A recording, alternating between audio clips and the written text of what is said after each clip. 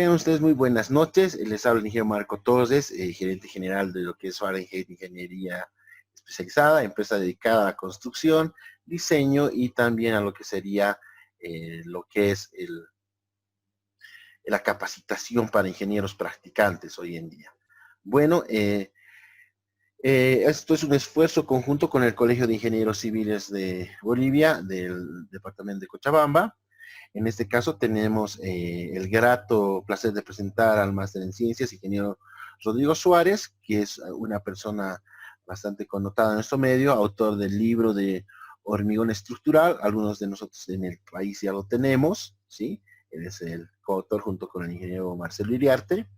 Y bueno, en este caso, el ingeniero Rodrigo Suárez nos presenta el tema de perfiles conformados en frío, puntualmente lo que es flexotorsión en elementos de pared delgada abierta.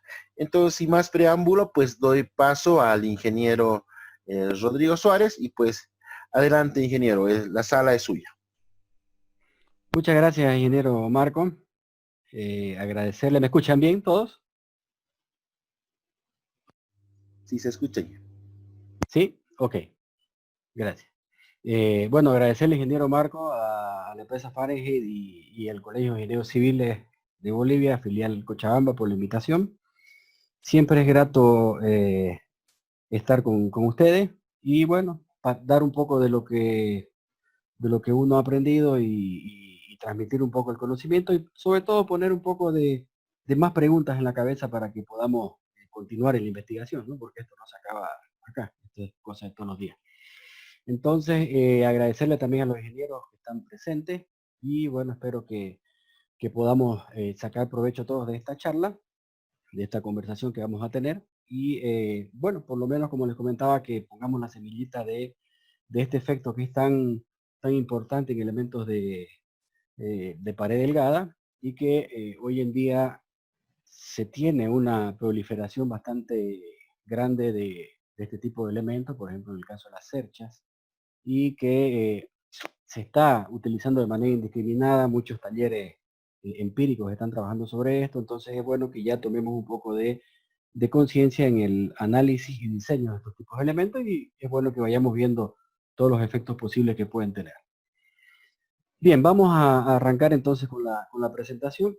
La idea fundamental de este pequeño webinar eh, es dar un pantallazo en realidad a lo que es la teoría de la flexotorsión, pero desde otro punto de vista. Nosotros estamos acostumbrados a analizar los elementos de pared delgada por las teorías de la elasticidad, por la resistencia de materiales y la aplicación fundamental que utilizamos nosotros son la teoría de placas. En el caso de los elementos estos delgados, las teorías de Kirchhoff. Entonces, lo que vamos a presentar hoy día es una teoría alternativa, ¿sí? Que se dio ya hace bastante tiempo, pero que no ha sido muy difundida. Es una teoría muy interesante, es la teoría de Blasov. Entonces, vamos a analizarlo un poquito.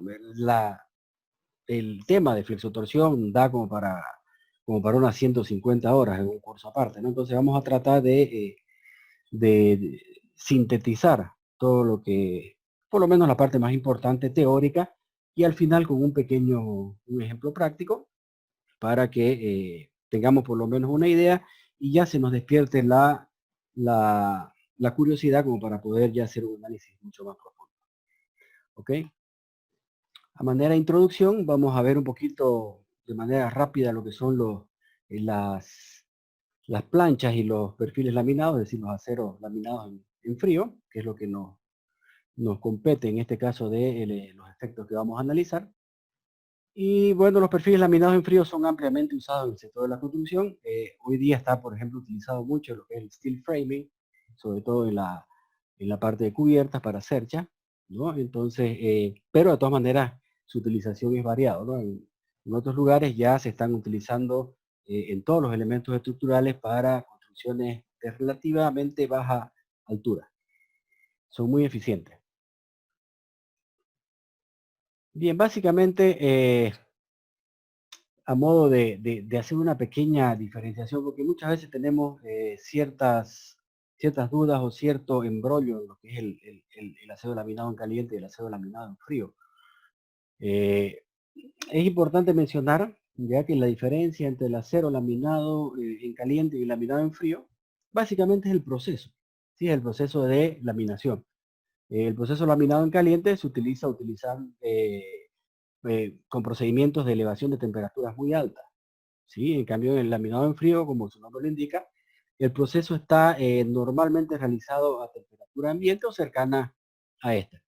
Entonces, fíjense que aunque estas técnicas afectan el desempeño, ¿sí? Obviamente van a afectar el desempeño y la aplicación general, eh, no deberíamos confundirlo con las especificaciones, por ejemplo, formales del acero o lo que es relacionado al grado, ¿no? Entonces, lo que se relaciona al grado es básicamente la composición metalúrgica, ¿sí? Y lo que es el proceso de fabricación va relacionado a lo que es laminado caliente y frío. Entonces, esa pequeña discretización hay que hacerla para poder entenderlo, ¿no? Pueden ser laminados en caliente o en frío y pueden incluir en su composición aceros al carbón básico como otras aleaciones. O sea, básicamente la diferencia en estos dos va en el proceso de fabricación, ¿ok? Aquí tenemos, por ejemplo, una cerchita. Estas cerchas son las que se están utilizando mucho en nuestro medio y son en base a perfiles de laminado en frío, ¿sí? De paredes delgadas. Esta es una tipología de un steel framing, ¿sí? Es decir, que toda la estructura o todo el esqueleto de la vivienda, en este caso viviendas de baja altura, de 2 niveles, está conformado por este tipo de perfilería. Sí, hay algunas imágenes, por ejemplo, de construcciones. Sí, hay una vivienda completa. Y bien, vamos a entrar un poquito a lo que son los aceros laminados en caliente y frío. Vamos a ver un poco las, las características. Ya vimos un poco las diferencias, hablamos. El acero laminado en caliente, ¿sí? Tiene entre sus desventajas, digamos, una superficie rugosa por el mismo proceso de que en caliente se lamina, ¿sí? Tiene bordes y esquinas ligeramente redondeadas, ciertas distorsiones en las secciones que no salen perfectamente como en el caso de los aceros laminados en frío. El acero laminado en frío presenta mejores superficies, ¿sí? Es decir, a pasarle ya los rodillos en frío, estas superficies quedan casi perfectas. Es más, si ustedes han podido tocar algún perfil de estos en frío, parecieran que estuvieran engrasados, es decir, tiene una superficie muy lisa, ¿sí? En el caso de barras y tubos también tienen secciones casi perfectas, ¿sí? Los beneficios del acero laminado en frío, como vimos hace un momento, la precisión, son aceros más duros y fuertes, debido al proceso de laminación en frío, al hacerlos pasar por rodillos, es decir, al aplicarles tensiones mecánicas adicionales, entonces se vuelven aceros más rígidos, más duros. Lo interesante de la aplicación de estos es que se fabrican perfiles relativamente livianos y obviamente por la forma de las secciones son eficientes. Obviamente hay que tomar sus recaudos, como es el caso del tema que estamos tocando hoy día. Normalmente los aceros laminados vienen así en bobinas y a partir de eso se hace ya la fabricación de los perfiles. ¿Sí? Se los hace pasar por estos rodillos, utilizan cortes, etcétera. Hablando ya de lo que son los perfiles laminados en frío. Ya, estábamos hablando hace un momento de lo que son los aceros laminados en frío. El proceso de fabricación, básicamente, la materia prima es acero laminado, en bobinas como vimos hace un momento. Se le somete a un proceso de limpieza de impurezas y en muchos casos, como es el caso particular, por ejemplo, de los perfiles que se utilizan en las cerchas que están muy difundidas hoy en nuestro medio, muy utilizadas, se les aplica un baño de zinc, es decir, se las convierte en aceros galvanizados, ¿sí? Entonces, al hacerle un baño de zinc, se mejora la vida útil del perfil, evitando la futura corrosión. Esto tiene ciertas ventajas dependiendo de la calidad del baño de zinc, ¿no? Hay muchos baños de zinc que se hacen mal y en todo caso resulta peor porque al confiarnos en el baño, no hacemos los tratamientos superficiales para evitar la corrosión. Una vez se hace el baño de zinc, se preparan los perfiles, ¿sí? Se hacen los cortes longitudinales, se hace el doblado, y finalmente ya se cortan en barras que son normalmente de 6 metros. Los efectos en la fabricación. ¿Qué es lo que provoca la fabricación de estos perfiles? Un endurecimiento del material, como habíamos dicho, debido a la aplicación de cargas mecánicas o de extensiones mecánicas adicionales en el proceso, al aplicarle los rodillos, el doblado, etcétera, el plegado. Un relativo daño en ciertas partes planas debido a estas tensiones mecánicas adicionales. Y la principal desventaja, diríamos, son las deformaciones que provocan el endurecimiento y que esto va a inducir obviamente en una reducción de la ductilidad. Estos aceros vienen a ser menos dúctiles que los aceros laminados en caliente. Es decir, vienen a ser elementos mucho más rígidos. Aquí tenemos algunos perfiles que se encuentran en el mercado.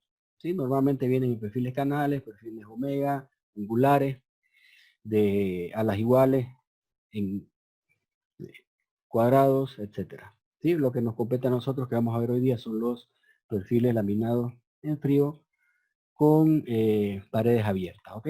El modo de sujeción normalmente es a través de tornillos, ¿sí? Ya sean tornillo estrella o cabeza hexagonal.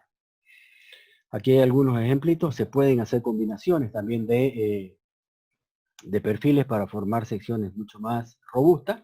En el caso de los perfiles C se pueden juntar dos para formar cajones o secciones en forma de I.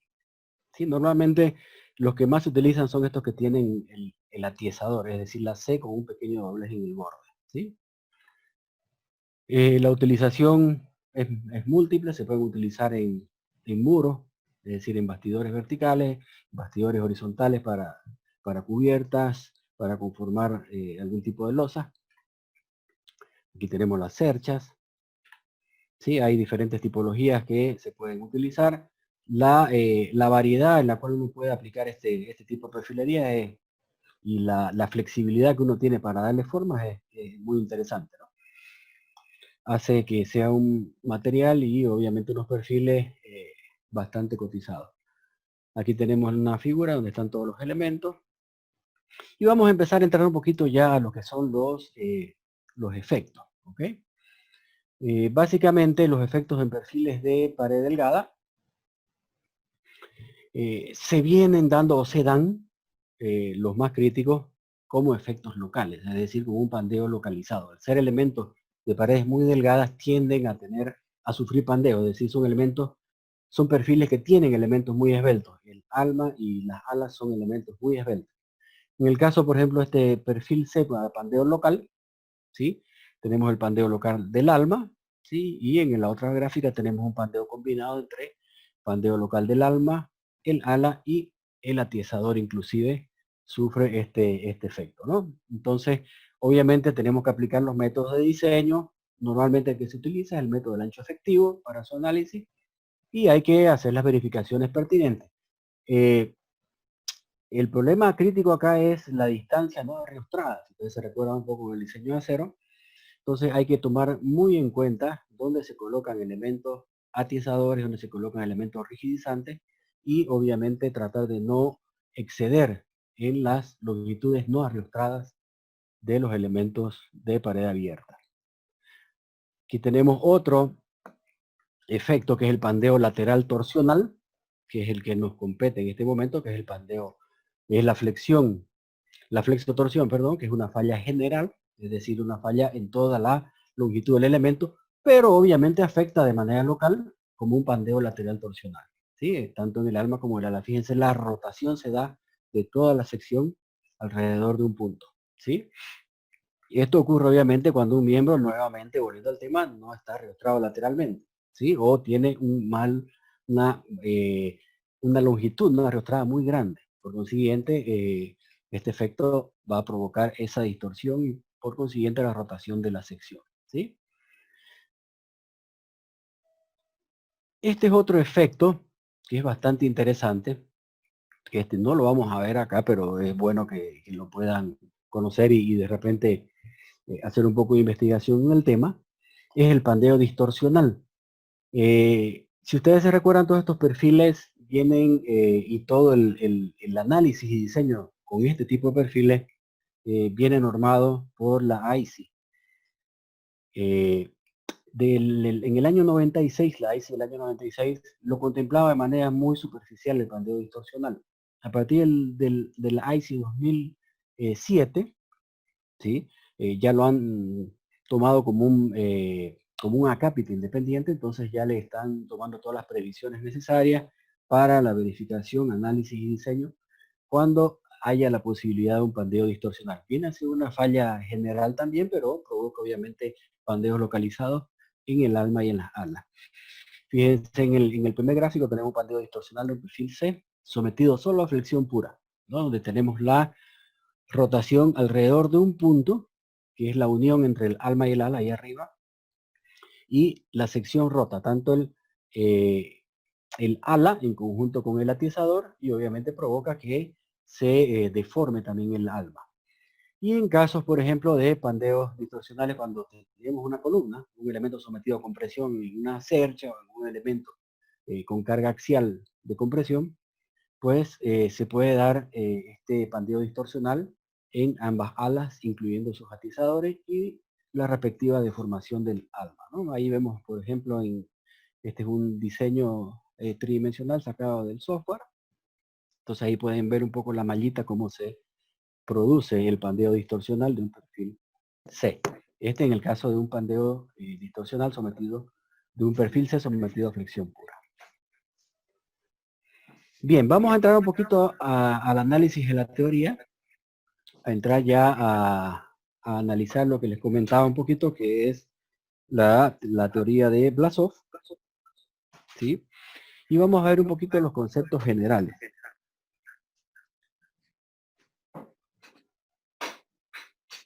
Dentro de lo que es la flexotorsión, lo que nos interesa de sobremanera es tratar de encontrar el centro de torsión.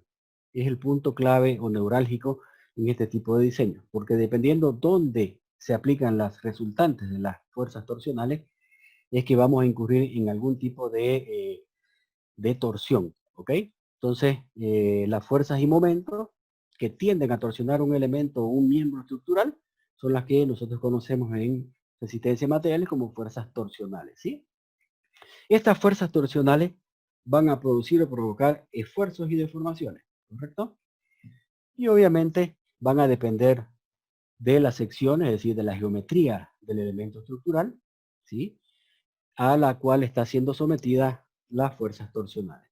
Entonces, por eso es que es muy importante el análisis de la flexotorsión en estos elementos que son muy débiles para las torsiones debido a la relación espesor-altura que tienen, ¿ok? Es decir, espesores muy delgados de las secciones. Los elementos tienen espesores muy delgados. La torsión se puede producir en estos casos por dos causas fundamentales, ¿sí? La presencia de pares torsores concentrados, que pueden estar ubicados en cualquier punto a lo largo de la longitud del elemento, ¿sí? Y segundo, la acción de fuerzas excéntricas. Si bien pueden estar estas fuerzas excéntricas coplanares con la sección, la resultante puede que no esté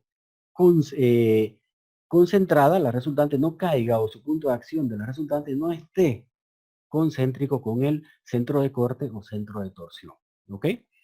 Aquí vamos a ver un pequeño gráfico, por ejemplo, en toda la figurita A, que es un cilindro que tiene una rueda o una sección circular, un plato, una placa circular en el borde libre, se le aplica un par de fuerzas P. Entonces fíjense que la resultante de ese par de fuerzas P va a caer en el centro de corte, es decir, concordante con el eje centroidal y el centro geométrico del cilindro. Por consiguiente, ahí se va a dar una torsión uniforme.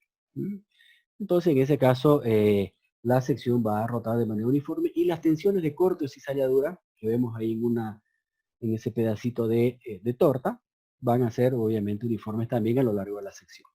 En el caso del inciso B, tenemos una aplicación, ¿sí?, que ya es excéntrica, fíjense, ¿no?, cuya resultante no pasa dentro del centro de corte o el centro de torsión que hablamos hace un momento. Entonces, esto va a provocar una flexión asimétrica, ¿sí?, que en combinación obviamente con la torsión va a producir lo que denominamos flexotorsión. Entonces, básicamente este elemento B es el que tenemos que empezar a analizar. Y aquí entramos un poquito a ver lo que es la teoría de Blasov, ¿sí? Es como les comentaba, esta teoría ya fue planteada hace bastante tiempo. Fíjense que Blasov, un investigador ruso, la planteó en el año 1940 aproximadamente, ¿sí? A raíz de esta teoría es que la flexotorsión empezó a cambiar el rumbo de investigación y obviamente ayudó bastante. Si bien no se difundió mucho la teoría de Blasov, muchos investigadores utilizaron parte de la formulación de Blasov para generar, perdón, otras formulaciones. Entonces se empezó a generar un poco de investigación, que es la parte importante, ¿sí? El enfoque de Blasov es bastante interesante. Él genera, y vamos a ver en un momento, él genera una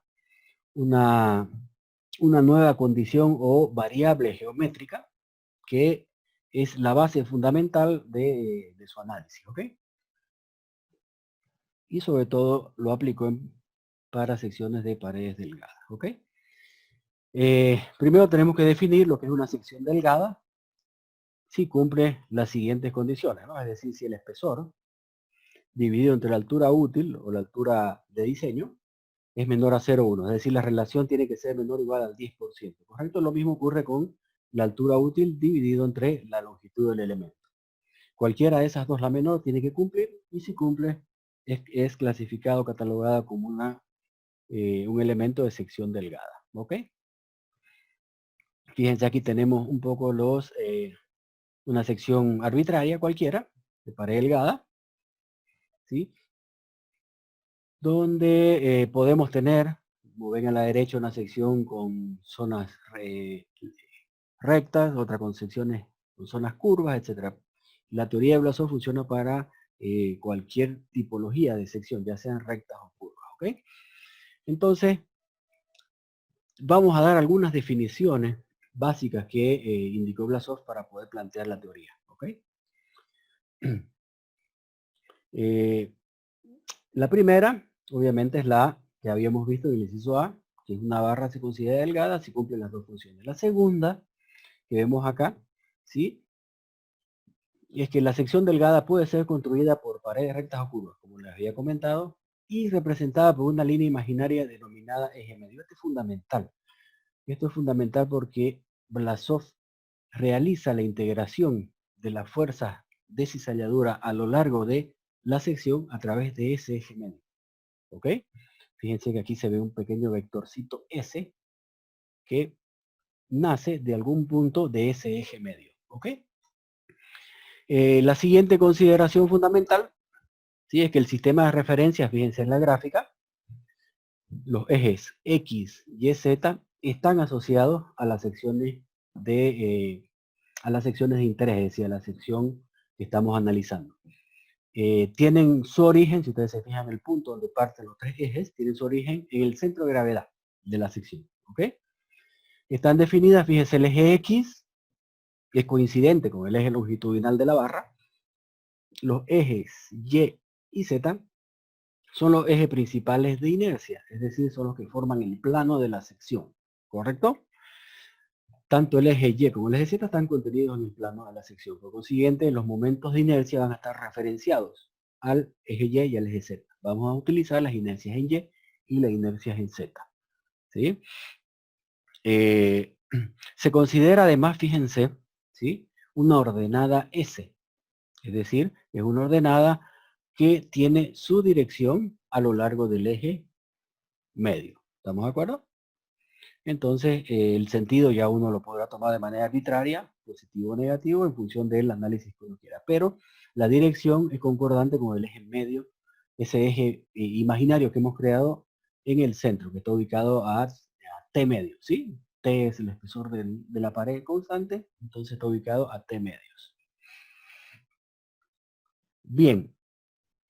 El espesor, otra de las consideraciones que se toma para la teoría, es que el espesor T, el espesor de la sección transversal, puede ser admitida como variable, ¿sí? A lo largo de esta longitud S o del eje medio, ¿correcto?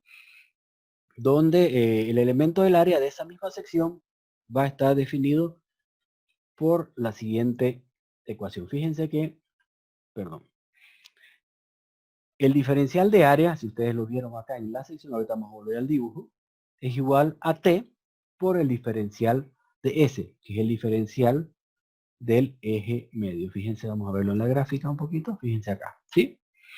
Entonces, lo vamos a ver más adelante cuando vamos a requerir el cálculo de las inercias. Vamos a ver que el diferencial de área lo vamos a traducir en función del espesor, porque este puede ser variable, y en función del diferencial de S, es decir, el diferencial del eje medio, ¿ok? Bien. Dentro de las hipótesis básicas adoptadas para ya el análisis y el cálculo de secciones sometidas a flexotorsión, tenemos básicamente dos. Ya una que es muy típica en resistencia de materiales y en teoría de elasticidad, que indica que después de la deformación de la barra, la sección transversal se proyecta indeformada en su plano YZ, ¿sí? Es decir, el plano YZ no se va a deformar, no va a haber deformación en su plano. Efectivamente van a haber alabeos en las alas y deformaciones en el alma, pero no va a haber una deformación en el plano YZ, es decir, en el plano de la sección, ¿ok? Por consiguiente, el eje medio no va a sufrir distorsiones. La superficie media de la barra, es decir, el eje medio también, ¿sí? No va a sufrir distorsiones, por consiguiente, la distorsión angular en el plano YZ va a seguir siendo cero. Básicamente estas consideraciones o hipótesis básicas son las que nos van a permitir simplificar de cierta manera el análisis que realizó Blasov para la flexotorsión y elementos de pared delgada. ¿Ok? Bien. Vamos a continuar. Entonces, para el centro de torsión en una sección transversal, ¿sí? Tomando como punto de partida cualquier viga cargada con fuerzas aplicadas, ya sea en cualquier posición, en posición arbitraria, a lo largo de su longitud, en el eje X, y contenidas en un único plano, que se denomina plano de fuerza, se considera que esa viga puede estar solicitada simultáneamente a esfuerzos de flexión y torsión. ¿Ok? Las fuerzas de corte vienen siendo las resultantes, esto lo sabemos de resistencia de materiales, ¿sí? Del esfuerzo de cizalla o el esfuerzo de corte multiplicado por el diferencial de área, ¿sí? Esto lo podemos ampliar un poco para el efecto de torsión, que también viene dado por el esfuerzo de corte multiplicado por B, que es la base, por la altura útil, por la base, perdón, por el diferencial del área. ¿Ok? Entonces, de estas dos ecuaciones que son típicas y características en resistencia de materiales, vamos a partir para poder ir planteando un poco cómo se van conformando, cómo se van distribuyendo las fuerzas de corte que van a provocar las torsiones en la sección. ¿Ok? Fíjense que partimos de algo muy básico para poder llegar a entender un poco cómo se van transmitiendo estas fuerzas de torsión. En este estudio, por ejemplo, inicial, podemos analizar una barra sometida solo a flexión. ¿Ok? Sabemos que existe un punto en el plano, fíjense, es una viga simplemente apoyada, está sometida a una carga linealmente distribuida, PX, y una resultante F aplicada en un punto, ¿sí? Y obviamente vamos a tener, fíjense, en la línea de corte vamos a aparecer para el equilibrio una fuerza cortante B, ¿sí? Para darle una equivalencia estática y un momento, ¿ok? A partir de estos dos elementos, de la fuerza cortante y del momento, se mantendría el equilibrio en este elemento. Cabe recalcar que existe un punto, ¿sí? Que está dentro del plano de la sección transversal, que normalmente coincide, o en algunos casos no, con la misma sección, que se denomina centro de torsión o centro de corte, o centro de cizalladura, ¿sí? Entonces, debe pasar el plano de aplicación de la resultante, es decir, la fuerza resultante tiene que atravesar ese centro de corte, ¿sí? para que las fuerzas de corte no provoquen torsión. Entonces, en el caso, por ejemplo, de una flexión simple, las fuerzas resultantes pasan por el centro de corte. Por eso es que no se produce la torsión. Entonces, por eso es importante empezar a analizar la flexión pura para después llegar a entrar un poco a lo que es la flexión combinada con torsión y poder entender un poco qué es lo que pasa con ese famoso centro de torsión. Para poder entender un poco lo que es el centro de torsión de una sección transversal cualquiera, ¿sí? Vamos a analizar 3 casos, es decir, los 3 casos fundamentales para poder realizar la ubicación o entender dónde va a estar ubicado el centro de corte o el centro de torsión en función normalmente del centro geométrico, ¿ok? Entonces vamos a tener 3 casos. Un caso, el primer caso, que es para secciones con 2 ejes de simetría, ¿sí? Fíjense, podemos ver la figura, una fuerza aplicada en una sección rectangular, efectivamente tiene 2 ejes de simetría, el eje Y y el eje Z son simétricos, por ende las áreas a la izquierda y a la derecha del eje Y son iguales y las áreas por encima y por debajo del eje Z también lo son. Por consiguiente es una sección doblemente simétrica, ¿sí? Para estos casos, por ejemplo, ¿sí? En el caso de una sección doblemente simétrica, se tiene, fíjense, la posición del centro geométrico, que lo hemos ubicado con la letra CG, coincidente con el encuentro, fíjense, de los 2 ejes de simetría. El eje Y y el eje Z se encuentran exactamente en el centro geométrico, ¿sí?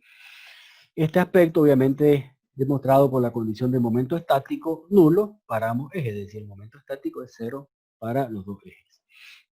En el caso de esta sección rectangular, admitiendo que el plano de fuerza sea coincidente, fíjense, con la posición de CG, del centro de gravedad, la distribución de tensiones de corte o de cizalla dará origen a esa resultante BY que ustedes ven ahí, ¿sí? Que va a pasar por el centro de gravedad coincidiendo con el plano de cargas. Si nosotros hacemos de manera análoga para el otro eje, vamos a tener la misma configuración. Fíjense, vamos a tener las tensiones de corte distribuidas en la sección y la resultante, el BZ, la resultante de corte, pasando por el centro geométrico y obviamente por la línea de acción de la fuerza F. ¿Ok? Entonces todo está concordante con el centro. En el caso 2, tenemos secciones delgadas con un eje de simetría. Por ejemplo, esta sección T, ¿sí? Que es simétrica, fíjense, alrededor del eje Y, es decir, tiene la misma superficie o área o sección a la izquierda y a la derecha, pero no es simétrica alrededor del eje Z. Es decir, el área superior es diferente al área inferior. Tienen diferentes inercias, por consiguiente, la simetría se da solamente en el eje Y. ¿Ok? Entonces, para este caso, por ejemplo, se complica un poco el asunto porque ya al ser elementos de pared delgada, es decir, de espesores muy, muy pequeños, la distribución de tensiones de corte, ¿sí? Nosotros la vamos a admitir, y esto es una suposición que no nos va a alejar de la realidad, porque al ser elementos muy delgados, nos va a permitir hacerlo. Podemos admitir nosotros que las tensiones de corte son paralelas a las líneas de borde, ¿sí? Y uniformemente distribuidas a lo largo del espesor. Lo que no implica, obviamente, una significativa pérdida de precisión en los resultados, como les indicaba. En función de los espesores reducidos de las paredes, ¿sí?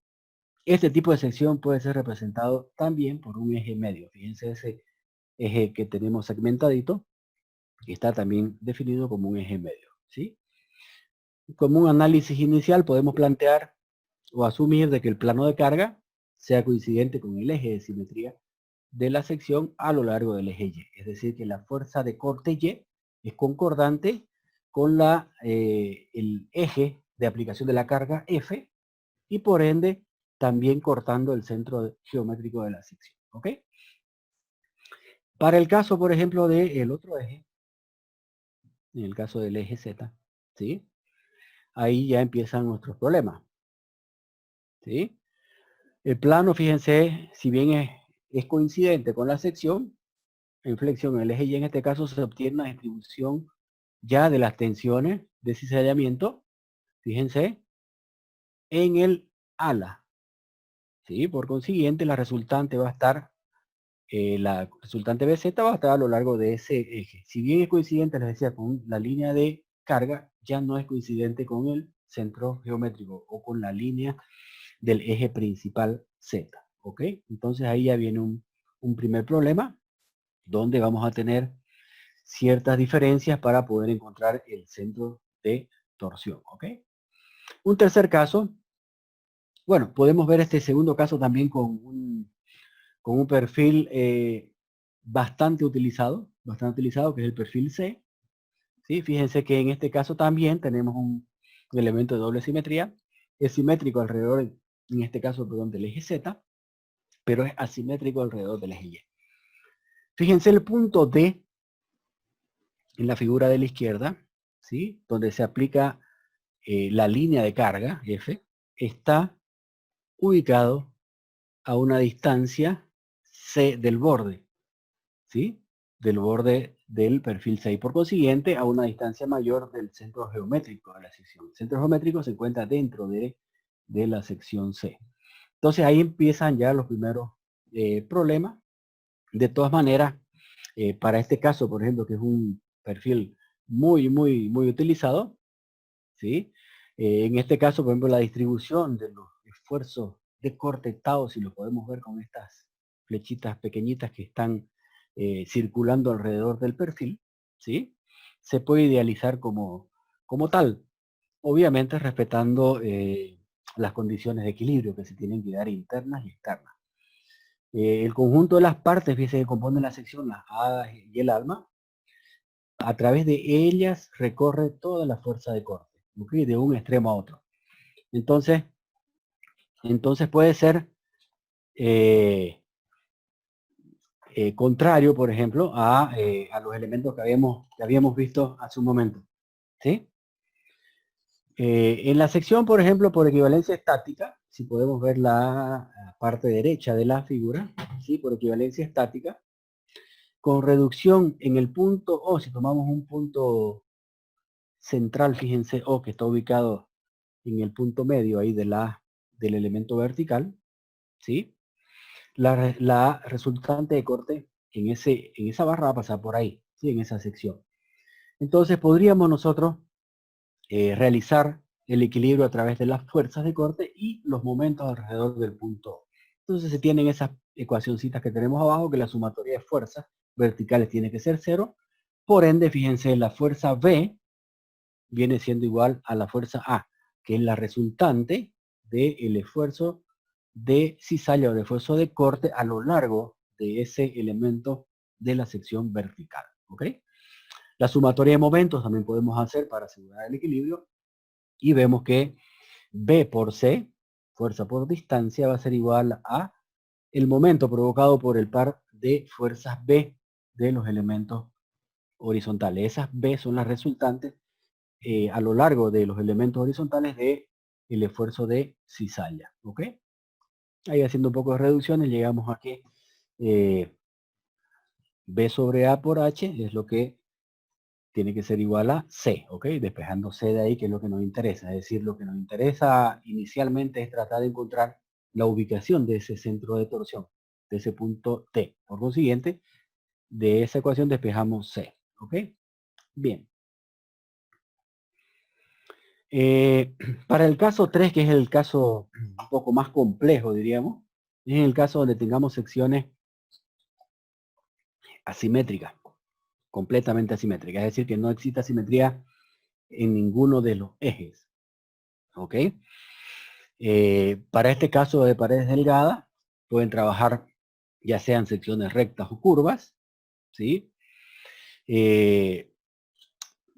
La teoría de Blasov funciona para ambas situaciones, ya sean paredes de secciones con paredes, perdón, rectas o paredes curvas, ¿ok? Entonces, la clave está nuevamente en tratar de ubicar el eje medio y en cada punto que se realice el análisis se encuentra la tangente en ese punto y se evalúa la resultante de los esfuerzos de corte, ¿ok? Vamos a ver un poquito el gráfico, ¿sí? Inicialmente, fíjense, por medio de los conceptos de resistencia material, nosotros sabemos que el esfuerzo de cizalla o el esfuerzo de corte, ¿sí?, para barra flexionada viene dado por la ecuación que todos conocemos, ¿sí?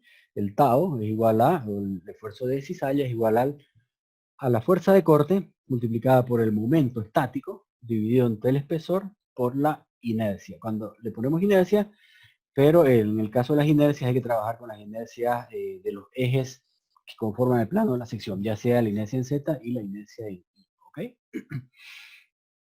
Bien, entonces ya vamos entrando un poquito a analizar de manera genérica cómo vamos a ubicar ese centro de torsión.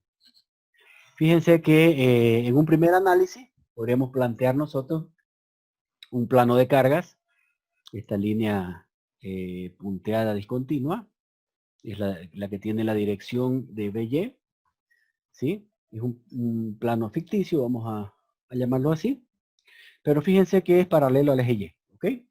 Esa línea es paralela al eje Y. Y en este caso vamos a tener como resultante que el cortante va a ser el cortante en Y, obviamente, porque está paralelo al eje Y la inercia que vamos a utilizar va a ser la inercia, alrededor del eje Y, ¿ok? El momento, y aquí vamos a ver un poquito la ecuación, ¿sí? El momento S, ¿sí?, que es el momento en el eje medio, que es lo que necesitamos nosotros calcular, ¿sí?, por alrededor del eje centroidal, o el eje medio que hemos marcado nosotros como un eje ficticio, es simplemente la integral a lo largo de la superficie, o a lo largo del área, de la posición, es decir, Y, multiplicado por el diferencial de área. Esto lo podemos pasar en función del diferencial de S, que es el diferencial del elemento S, para poder ubicarlo en un intervalo desde el inicio del eje neutro hasta el final del eje neutro, ¿ok? Desde S1 hasta S2. Simplemente modificamos un poco la ecuación, donde nos va a quedar Y por el espesor, porque nos va a dar, vamos a tener que calcular la resultante del espesor para poder ubicarla sobre la línea del eje medio, es decir, al multiplicarla por el espesor lo que estamos es linealizándola a lo largo del eje medio, y multiplicado obviamente por el diferencial de S, ¿ok? De este modo podemos encontrar nosotros las fuerzas resultantes de corte, ¿sí?, por medio de una equivalencia estática, es decir, el diferencial de fuerza no va a ser más que el esfuerzo de corte multiplicado por el diferencial de área. Y lo que tenemos arriba, en el caso de que sea una distribución uniforme de las tensiones, va a ser el esfuerzo de corte multiplicado por el espesor por el diferencial de la longitud o el elemento de longitud de S, ¿ok? Bien.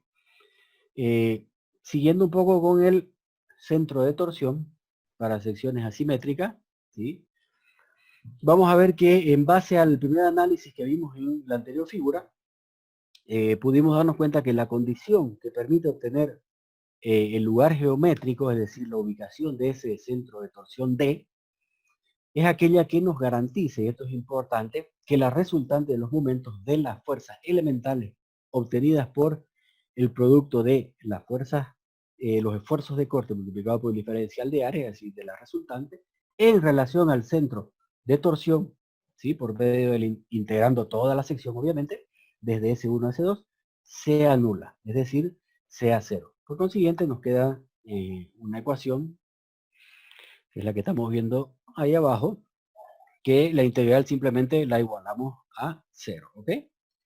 A partir de esa igualación a 0, ¿sí?, es el mismo gráfico que vimos, podemos ya empezar a reemplazar en la ecuación general de las tensiones de cizalladura o de corte que vimos hace un momento. Entonces reemplazamos los valores, la ecuación la mantenemos igualándola a 0, pero lo interesante es que nos queda en función del diferencial de área, ¿ok? Como lo que nos interesa a nosotros es la integración a lo largo del eje medio, es decir, del eje centroidal ficticio que hemos tomado nosotros, ese eje segmentadito que teníamos en la figura, que está ubicado a T medios. Entonces, la fuerza cortante, al ser la fuerza cortante, perdón, y el momento de inercia constantes para una misma sección transversal, de eso hemos tomado como parámetros iniciales para no modificar la sección a lo largo del eje X de la longitud, para simplificar un poco el problema. Entonces se reemplazan, fíjense, pero ya todo viene dado en función de la integral a lo largo de la longitud del eje medio, ¿ok? Entonces ahí nos aparecen ya los diferenciales de S, que son los diferenciales de longitud del eje medio. ¿Ok? Esto es igual a 0. Fíjense que aquí en la ecuación, como habíamos mencionado hace un momento, tanto el cortante como el momento de inercia, y IZ, perdón, al ser constantes salen de la ecuación, ¿sí? Nos vamos a dar cuenta que al salir de la ecuación no podemos igualarlo a 0 con el término de la derecha. Por consiguiente, estos no pueden ser 0, se van a eliminar. ¿Ok?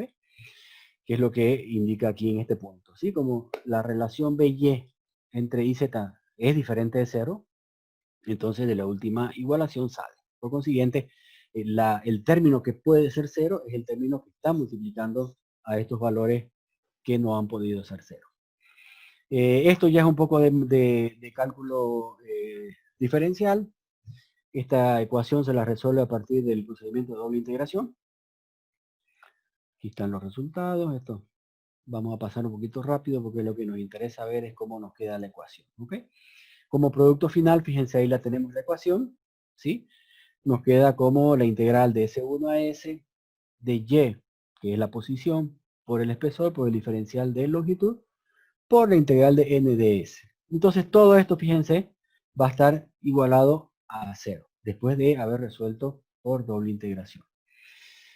Seguimos un poco acomodando la ecuación. Fíjense que hay una porción en la ecuación, que es la integral de Y por T de S. Y esto es lo que representa el momento estático de la sección transversal. Ustedes se recuerdan, esa es la ecuación del momento estático de la sección transversal, que por definición va a resultar obviamente nulo cuando se verifica a lo largo del eje medio. ¿Sí? Ya lo habíamos hablado hace un momento.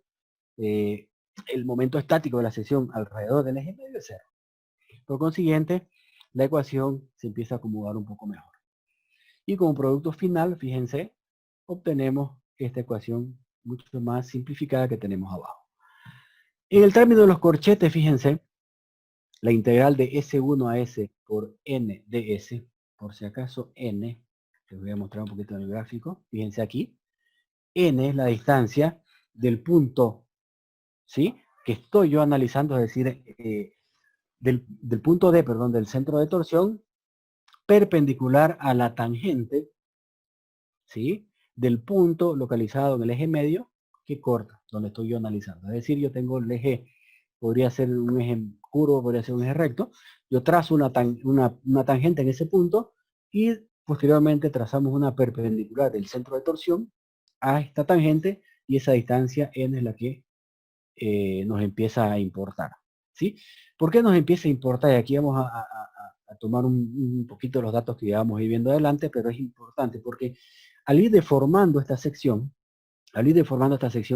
el punto D no va a modificar. Por consiguiente, este vectorcito n va a ir barriendo un ángulo a lo largo de los diferentes puntos que se vayan ubicando de análisis en la sección. Por consiguiente, ahí se empieza a formar un área de barrido, que es parte fundamental. Es un valor geométrico, pero es un punto o una variable importantísima en el análisis de flexotorsión. ¿Ok? Bien, nos vamos de nuevo acá, donde habíamos quedado. Entonces, aquí, esa porción o esa integral, ¿sí? Aquí estamos. De S1 a S, es decir, a lo largo de la longitud del eje medio, de N, de esa distancia multiplicado por el diferencial de S, es lo que se denomina área sectorial de la sección transversal. ¿Ok? Este es el valor o la variable, una de las variables fundamentales para el análisis de flexotorsión que utiliza el enfoque de Blasov. ¿Ok? Entonces, esta variable, por ejemplo, es una variable geométrica, no es una variable física, pero es una propiedad geométrica intrínseca de elementos o secciones que estén, que tengan la predisposición de sufrir torsión o, en este caso, flexotorsión. ¿Ok? Cuando uno analiza recién de manera inicial la teoría de Blasov, esto es algo nuevo, ¿no? El área sectorial es un valor geométrico. Y ahora vamos a ver de definirlo un poco más claro de lo que se trata y de verlo un poco de manera gráfica, ¿ok? Fíjense que ahí Blasov en el 1961, más o menos aproximadamente cuando planteó esta su teoría, fíjense que él empezó su estudio en 1940, fueron bastantes años de estudio, y ya cuando plasmó su teoría, representó esta área sectorial, perdón, con la variable omega, ¿ok? En este caso, el área sectorial es una condición intrínseca para la determinación de la posición, para poder ubicar ese lugar geométrico del centro de torsión, es decir, para poder ubicarlo el punto D.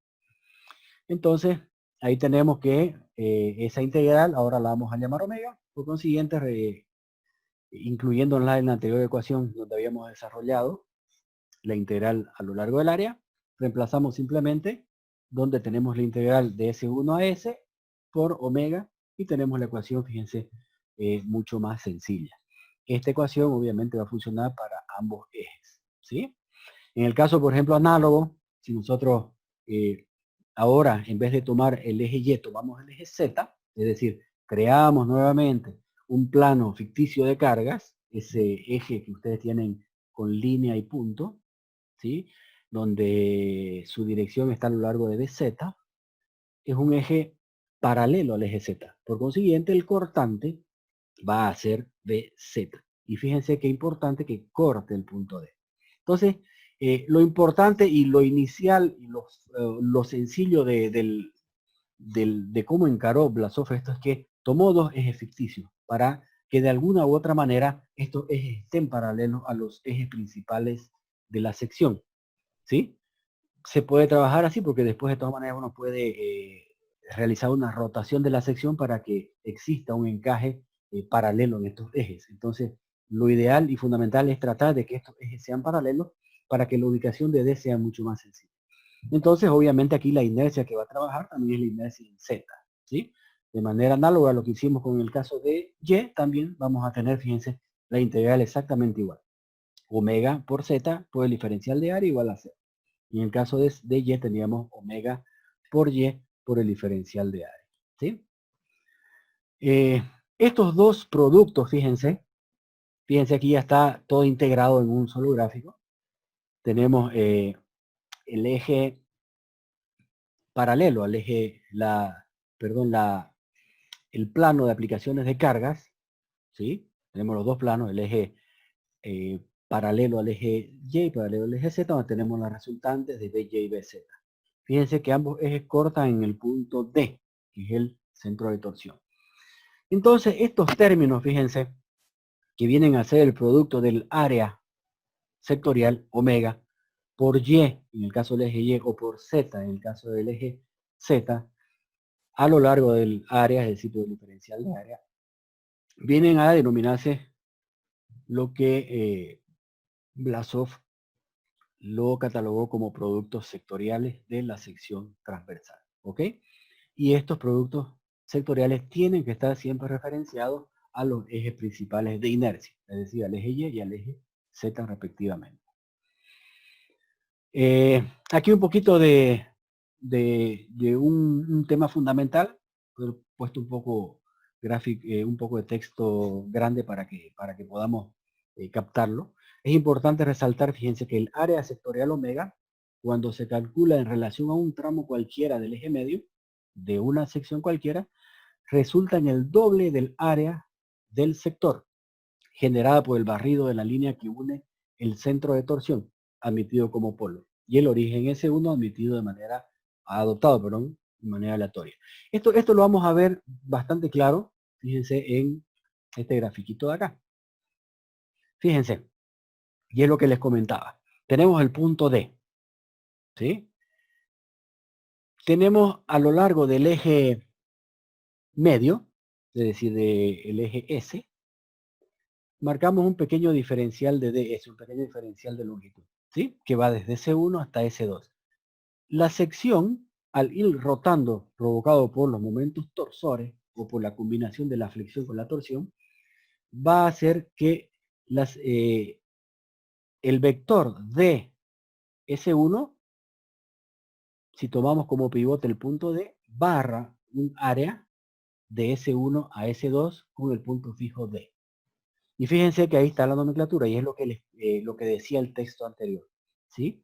El área sectorial, ¿ya? O el espacio geométrico que nos interesa para poder ubicar el punto D o el centro de torsión es la mitad de el área barrida, perdón, es la mitad del área sectorial.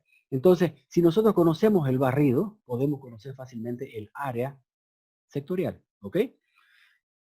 Para ello vamos a tener que conocer otra variable que es el ángulo de rotación, ¿sí? Que eso ya lo vamos a ver en un momento.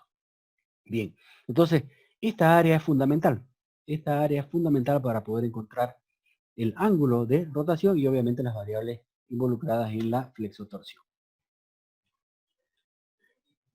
Bien, por ejemplo, en este caso es una sección con eje recto, ¿sí? Es mucho más sencillo de entenderlo. Fíjense que si nosotros hacemos el barrido del vector D2, ¿sí? O DS2, perdón, del vector D al punto 2 y barremos hacia el punto 3, el área barrida es la mitad del área sectorial, ¿sí?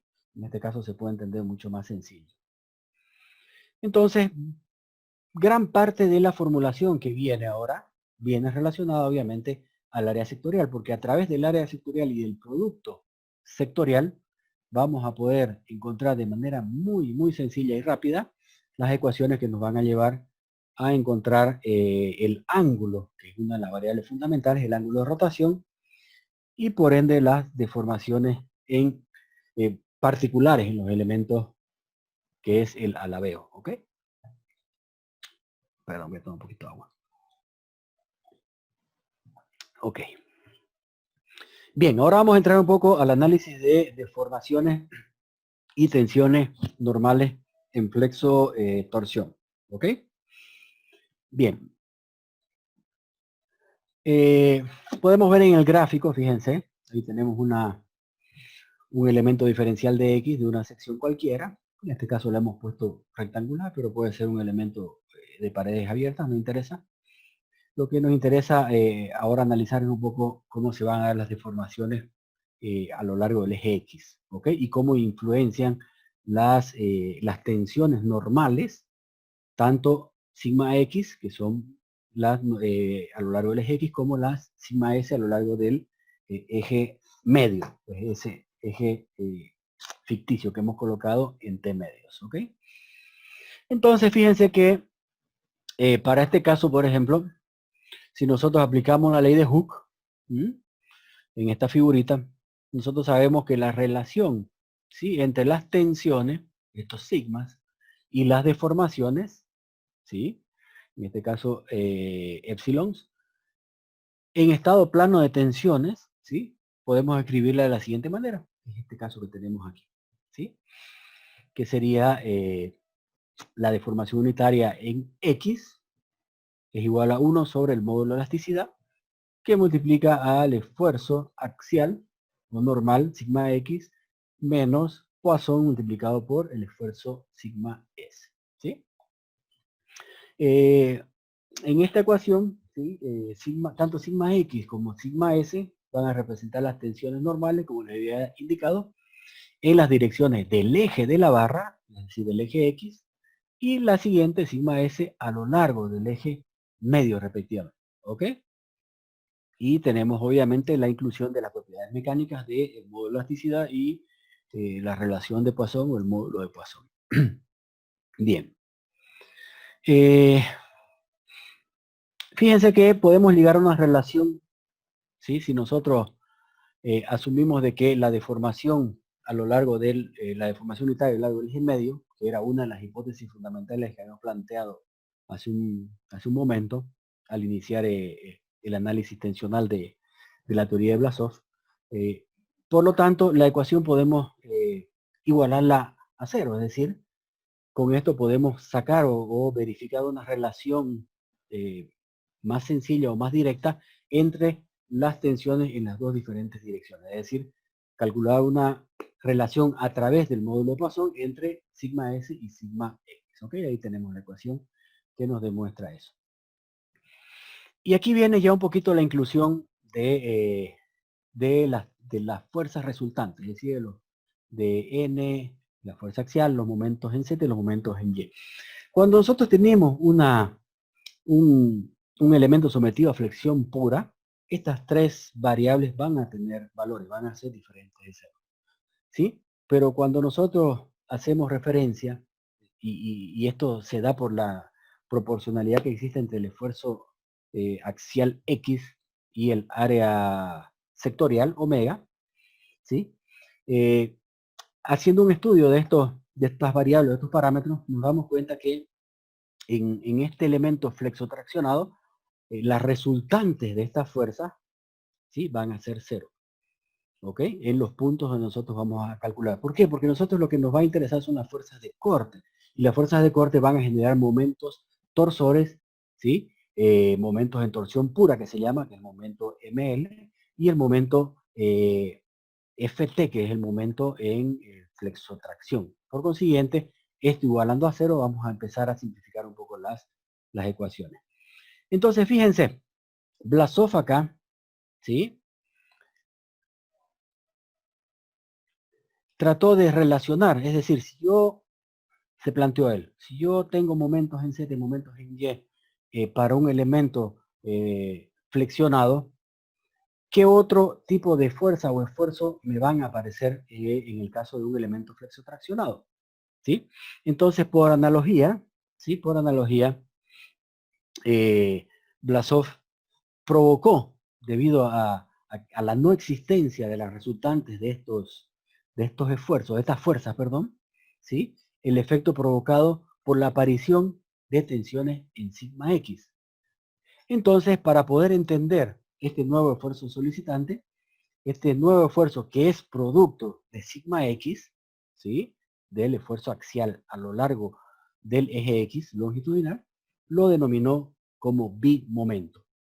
Esta es otra variable fundamental en el análisis. Entonces ya tenemos lo que es el área sectorial, que produce un producto sectorial, que nos va a servir para los momentos de inercia torsionales, y este segundo concepto que es el de bimomento, que es un momento análogo a los momentos de flexión pura MZ y MY, pero que viene generado obviamente por la tensión axial sigma X. ¿Okay?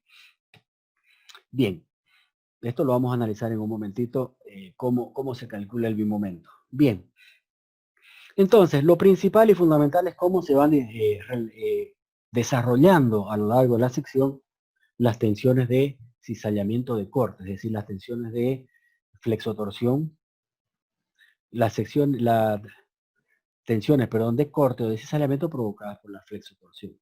Y ahí vamos a denominar a tau sub ft, que son las tensiones de corte o de cizalladura provocadas por el proceso flexotorsionante, ¿ok? Entonces, como consecuencia, obviamente, de la variación de las tensiones sigma X, porque las tensiones sigma X no son constantes a lo largo de la longitud del elemento, estas pueden modificar. Entonces, por ende, los ángulos, ¿sí? O los ángulos de rotación, ¿sí? Pueden ir modificando a lo largo de que se van distribuyendo las tensiones en la sección. Entonces, ocurren para fines de tensiones, o para el equilibrio, perdón. Vemos ahí, tenemos un elemento que está sometido a fuerzas de corte. Por ejemplo, tenemos las tensiones de corte tau ft, ¿sí? Que están en las paredes, fíjense ahí arriba, ¿sí? Alrededor de la sección, fíjense, tau ft, ¿sí? Están alrededor de la sección. Y tenemos por otro lado las resultantes de los esfuerzos sigma, que son las R sigma, ¿sí? Que son resultantes axiales, ¿ok? Entonces, esta R sigma, que es la que tenemos que también calcular, ¿sí? Representa, fíjense, la resultante, ¿sí? de la fuerza, es decir, obtenidas por medio de las tensiones sigma X. Entonces, esa resultante, al ser variable, tiene que ser en función de una integral, ¿ok? porque van a trabajar a través de intervalos de modificaciones de tensiones. Por consiguiente, la podemos escribir, fíjense, de la siguiente manera a lo largo del área, la integral, perdón, a lo largo del área, de el esfuerzo sigma X multiplicado por el diferencial de área. Es decir, existe una variabilidad de esa resultante producto de la variación de los esfuerzos axiales. Nuevamente lo ponemos en función, fíjense que casi todas las ecuaciones Blasov las acomoda o las arregla en función del diferencial de longitud del eje neutro, o del eje, perdón, medio. ¿Sí? Por consiguiente, se acomoda nuevamente la ecuación y nos queda la integral S1 a S de sigma X por T por DS. Bien. Aquí acomodo un poco, ya incluye, fíjense, Blasov. Esto no vamos a entrar muy en detalle porque es un análisis mucho más profundo y ya el tiempo se nos está yendo. Vamos a poner un poquito el acelerador para poder llegar a por lo menos hacer una pequeña practiquita. Bueno, aquí tenemos la ecuación que viene dada en función ya de las propiedades mecánicas, es decir, módulo de elasticidad, e incluye la segunda derivada del ángulo de rotación, ¿ok? Entonces ya incluye algunas variables ya mecánicas en la ecuación y obviamente fíjense, en el centro de la ecuación va a estar siempre incluido el área sectorial, ¿ok? El área sectorial es esa propiedad mecánica que resulta a través del barrido de la sección al momento de la rotación provocada por la flexotorsión, ¿sí? Finalmente, considerando el equilibrio del elemento, ¿sí? En la figurita anterior que habíamos visto en ese elemento diferencial, ¿sí? Haciendo un equilibrio de fuerza, se puede obtener, fíjense, el esfuerzo tau ft, que sería el esfuerzo de cizalladura, perdón, o de corte provocado por la flexotorsión, ¿sí? Fíjense este término de acá. La integral a lo largo del área de omega por diferencial de área, es decir, del área sectorial multiplicado por el diferencial de área. ¿Sí? Ese producto dentro de la integral es lo que se denomina momento estático sectorial. ¿Ok? Es similar al momento estático de una sección alrededor de los ejes principales, solo que aquí se toma en cuenta o ingresa el área sectorial y no el área de la sección. ¿Ok? Entonces a esto Blasov lo llamó SW, o S omega, perdón, que es básicamente ese producto. ¿Sí? Y finalmente, haciendo la inclusión ya del momento estático de la ecuación, nos queda el valor de tau F sub T. ¿Sí? En función a esa ecuación que es mucho más sencilla. Cabe recalcar que en los problemas de flexotorsión, ¿sí? Vamos a tener que incluir, fíjense, 3 momentos torsores. MT es el momento torsor inducido por cargas externas. ML es el momento en torsión libre, es decir, solamente con torsión pura. ¿Sí? Y el momento FT obviamente es el momento ya provocado por la flexotorsión. Entonces, la sumatoria de esos dos efectos, y eso es lo que hace Blasov en su simplificación del problema, es decir, calcula los dos momentos independientes y después los superpone, o por superposición suma ambos efectos, ¿ok? Para poder equilibrar al momento torsor externo, por eso es que lo iguala MT a la suma de los momentos internos, es decir, MT es el momento externo o el momento inducido por las cargas, ¿ok? Aquí ya obviamente se incluye el módulo de corte, ¿sí? La inercia torsional y la inercia, fíjense, sectorial, o la inercia del área, del área sectorial, ¿sí? Cada término, fíjense, el primer término es el momento torsor, el momento en torsión libre, perdón, conocido, y el segundo, fíjense, ya es relacionado a la rigidez sectorial, es decir, el módulo de elasticidad multiplicado por la inercia del área sectorial, ¿ok? Bien, una vez obtenido o determinado el ángulo, que es lo que nos interesa en realidad, de aquí ya podemos calcular el ángulo. Y calculando el ángulo, obviamente, el problema de la flexotorsión queda resuelto, porque a partir de ahí nos vamos para atrás y vamos calculando todas las variables que nos vayan a ser requeridas, ¿ok? Aquí tenemos lo que es el bimomento, ¿sí? Que es el momento provocado, les decía, por la variabilidad de las tensiones axiales, sigma sub x. Esto es lo que Blasov análogamente relacionó al bimomento con los momentos MZ y MY en inflexión pura, ¿ok? Entonces, estos bimomentos o estos nuevos momentos provocados por los esfuerzos axiales X vienen dados por esa ecuación muy simple, que es el producto, fíjense, de el esfuerzo axial normal, sigma X, multiplicado por el área sectorial por el diferencial de área, es decir, se integra a lo largo del área, ¿ok? Se sustituyen con la ecuación que habíamos visto antes, ¿sí? Y ya lo dejaríamos, fíjense, ya no en función de sigma X, sino en función del ángulo, ¿ok? Del ángulo de rotación, la segunda derivada del ángulo. Bien. Como ya sabíamos también, el momento de inercia sectorial que habíamos identificado y omega, podemos reescribir nuevamente la ecuación para ir acomodándola un poquito en términos conocidos. Las inercias sectoriales son mucho más sencillas de encontrar porque son valores geométricos. Entonces, mientras vamos simplificando la ecuación, va a ser mucho más sencillo después el cálculo. Y al final, la ecuación obviamente va a quedar simplificada en que el bimomento, ¿sí? Cuando nosotros aplicamos el esfuerzo axial, resulta simplemente en una fuerza aplicada concéntricamente axial, en un punto específico o discreto, un punto real de la barra, que provoque obviamente que el elemento sufra flexotorsión, es decir, sufra los efectos provocados por la flexotorsión. ¿Ok? Entonces va a ser simplemente esa fuerza multiplicada por el área sectorial. Entonces volvemos nuevamente a lo mismo. El área sectorial es un valor fundamental. Las áreas sectoriales varían en función a la tipología de la sección. Hemos visto, nosotros conociendo el barrido desde el punto del centro de torsión, podemos barrer ese elemento y podemos calcular el área. El cálculo de eso de manera manual es un poquito moroso, ya lo hemos visto. Ahorita que hagamos un pequeño ejercicio ya como para terminar, un pequeño ejemplo bien sencillito, les voy a mostrar un software muy, muy simple, que es específico para flexotorsión, que es simplemente para calcular las variables, perdón, geométricas, es decir, para calcular el área sectorial, perdón, y los momentos de inercia sectorial, ¿ok?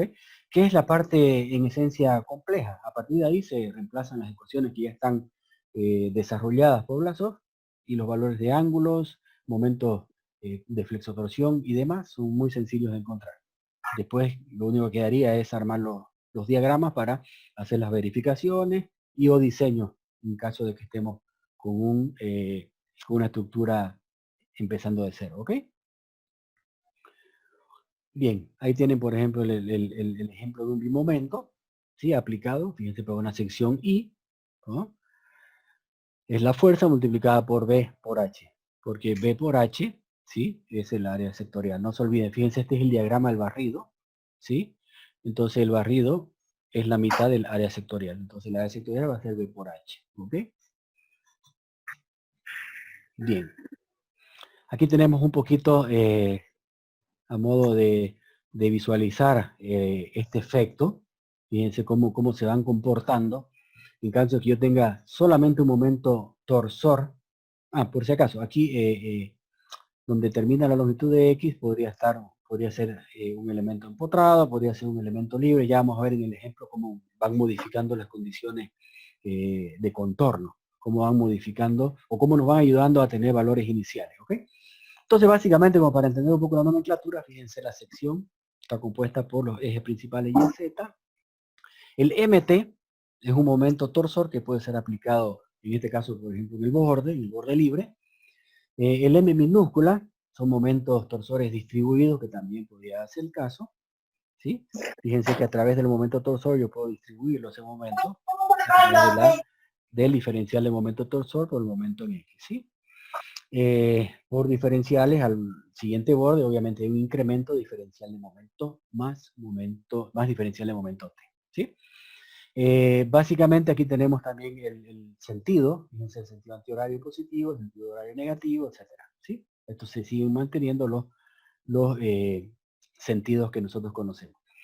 Antes de hacer un ejemplito, fíjense, aquí hay un poco una tablita bien interesante que desarrolló también Blasov en función a las analogías que existen entre la teoría que él planteó, específica obviamente para flexotorsión, y la teoría de resistencia a materiales en flexión pura. Entonces es interesante que las variables, fíjense, si bien cambian de nombre y obviamente de algunos aditamentos adicionales, en esencia, fíjense, los conceptos son similares, ¿no? Por ejemplo, para el caso de momento de inercia, ¿sí? En una sección sometida a flexión, en el caso de una flexotorsión va a ser el momento de inercia sectorial, I omega, ¿no? El momento estático, para el caso de flexotorsión, momento estático sectorial, que ya lo vimos hace un momento, ese producto. En el caso de los momentos flectores, también lo que les comentaba hace un rato. La analogía entre el momento Z y el momento en Y para el caso de flexotorsión es el bimomento, ¿sí? Que viene dado, fíjense, en función también a la rigidez EI, pero a la inercia sectorial, ¿sí? Y obviamente no va por la segunda derivada del corte, sino va por la segunda derivada del ángulo de rotación. Para la fuerza de corte tenemos lo mismo, en el caso para nosotros el momento de flexiotorsión, ¿sí? Las tensiones normales, ¿sí? Tenemos ambas tensiones normales, solo que una, fíjense, viene dada en relación al bimomento, debido a que la tensión normal en flexotorsión es variable a lo largo de la longitud X, ¿sí? Las tensiones de cizallamiento, fíjense, tau, ¿sí? Tenemos en este caso la ecuación normal, el cortante por el módulo estático entre T por la inercia. Y en el caso de acá nosotros, obviamente es una ecuación un poquito más grande, pero es el cortante o el esfuerzo de cizalladura por flexotorsión. Entonces es interesante tenerlo a mano esto para poder tener un concepto más claro de los efectos que se están dando al momento de la flexotorsión y compararlos un poco con la flexión, que es la que nosotros manejamos más a menudo y le tenemos mucho más conocimiento al respecto. Entonces con esto podemos ir guiándonos un poco y entendiendo cómo se va dando la aplicación de la flexotorsión o de los esfuerzos flexotorsionantes y los efectos locales en las secciones de paredes delgadas. ¿Ok? Aquí un pequeño resumencito de todas las ecuaciones que hemos venido viendo.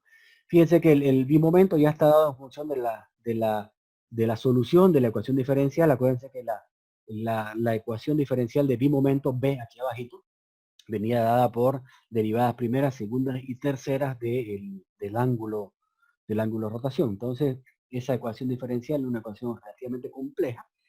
Ya aquí directamente le hemos puesto la resolución y viene dada obviamente en función de funciones hiperbólicas, ¿ok? Del seno y del coseno. Bien. Vamos a ver un pequeño ejemplito, ¿ya? Para la viga es indicada en la figura a seguir, se pide determinar las ecuaciones generales de B, que era el bimomento, el momento torsor aplicado, es decir, el momento que se le puede aplicar en la parte externa, el momento flexotorsionante y el momento en torsión libre, que es ML, ¿sí? Y consecuentemente los respectivos diagramas. Eso lo vamos a graficar, los diagramas, y además vamos a encontrar la rotación, porque al fin y al cabo el valor fundamental o la variable que a nosotros nos interesa después de hacer las comparativas de los momentos antes mencionados es obviamente cuánto se va a deformar, ¿no? Y a través de ese ángulo de rotación vamos a poder conocer las deformaciones del elemento. ¿Ok? Aquí tenemos algunos datos, fíjense el momento torsor. El momento externo aplicado es de 50 kilonewton, la longitud del elemento es 200 centímetros, todo está en centímetros y kilonewton, en unidades del sistema internacional. El espesor es 0,8, la altura 12 centímetros, base 10 centímetros, en un perfil I por si acaso, ahorita lo vamos a ver. Módulo de elasticidad del acero y módulo de corte del acero, ¿ok? Fíjense, esta es la sección y el alzado longitudinal. Es una viga empotrada en un borde en un extremo y libre en el otro. En el borde libre se aplica el momento torsor. ¿Ok?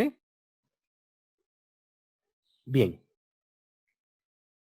Fíjense que el espesor aquí en la sección es una sección I de base B y H. El espesor es constante. ¿Sí? Y lo primero que hay que hacer es determinar las características geométricas de la sección. Aquí voy a compartir un ratito el programita, aquí hay una captura de pantalla, si ustedes la pueden ver, del software, un software muy sencillo. Fue desarrollado por un tesista hace ya más de 20 años, ¿sí? Y él básicamente lo que hizo su tesis fue desarrollar el software, que lo denominó Flexo 2, para poder realizar tablas con resultados de tanto áreas sectoriales como momentos de inercia, perdón, sectoriales, para los diferentes tipos de perfiles que estaban normalizados en su momento. Entonces fue un trabajo bastante interesante y muy aplicable. Este software es de distribución libre porque es de una investigación.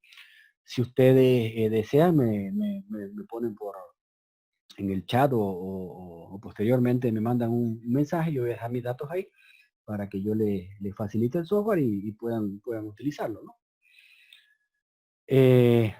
Vamos a ver un poquito, voy a compartir el software. Ok. No sé si me puedo compartir, ¿no? Ok, vamos a ver dónde está. Aquí está Flexo. Vamos a compartir. ¿Lo ven el software? Me ponen ahí en el chat si lo pueden ver, por favor.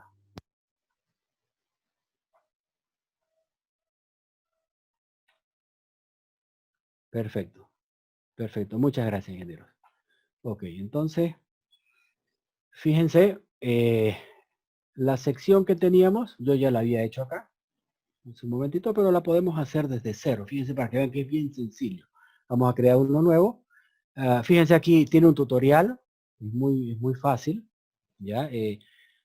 Para ver todas las opciones son muy sencillas. Es muy básico simplemente para encontrar datos geométricos, pero para flexotorsión.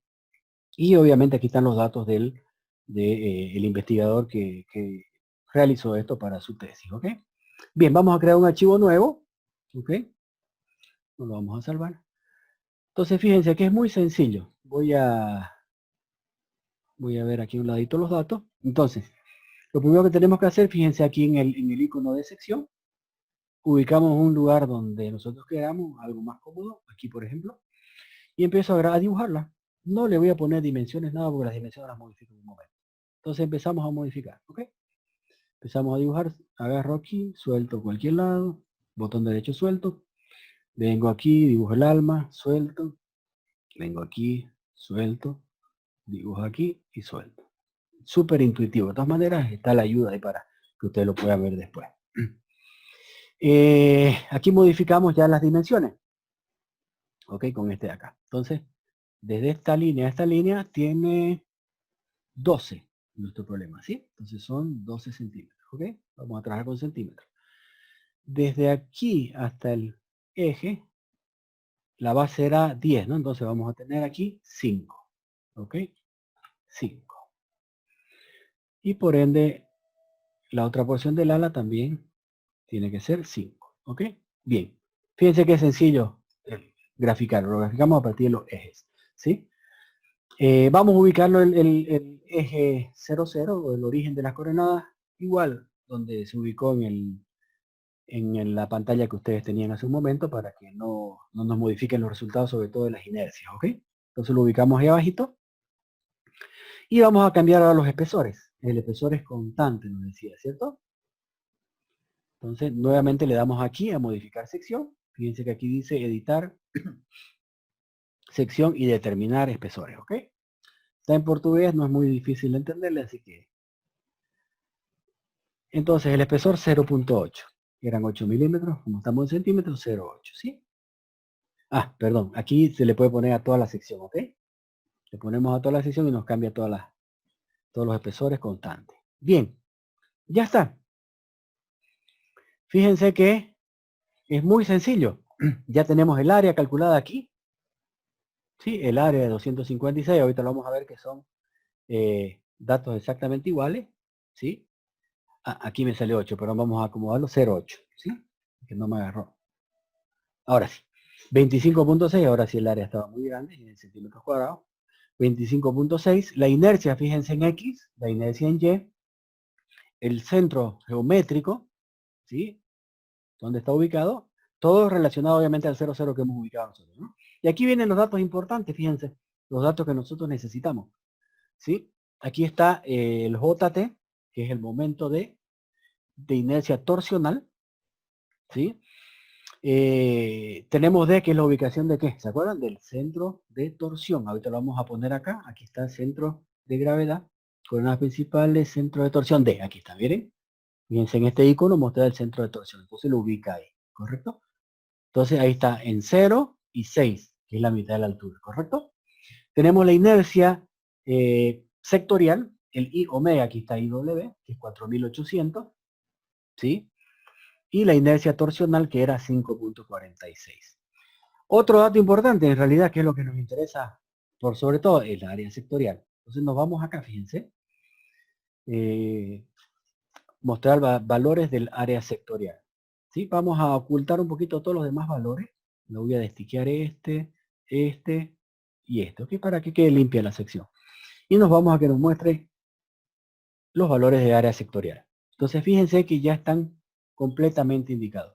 Este por si acaso 1.47 por 10 a la menos 16 es 0, ¿no? Es lo que está tomando una cantidad exagerada de decimales, así que no se preocupen. Estos puntos centrales son 0, ¿ok?